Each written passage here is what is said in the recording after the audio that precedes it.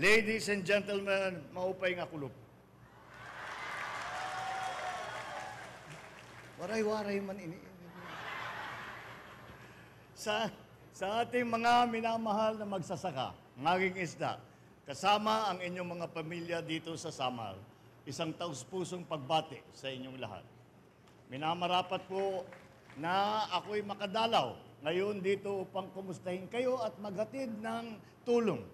Batid ko po na itong nagdaang El Nino, higit sa 3,000 pamilya sa 3 munisipyo ng Samar at Eastern Samar na nadeklara ng state of calamity at dahil sa paglabis na kanilang pagpinsala sa tagtuyot na dala ng El Nino. Dahil po riyan, narito ang inyong pamahalaan na upang iparamdam ang aming suporta sa inyo na walang pagod na nagsisikap upang matiyak na mayroong pagkain sa hapag ng bawat pamilyang Pilipino.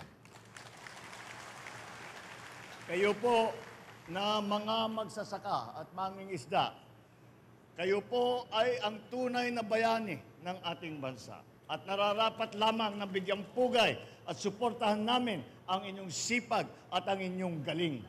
Kaya naman po, masaya kami maihandog lahat po ito upang mapalakas ang inyong hanay at mapabuti ang inyong kabuhayan.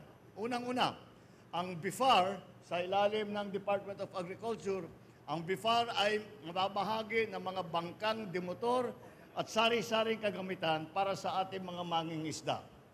Bukod pa rito, magbibigay rin tayo ng shallow water payaw system sa ilalim ng Special Area for Agricultural Development o SAAD Phase 2 program.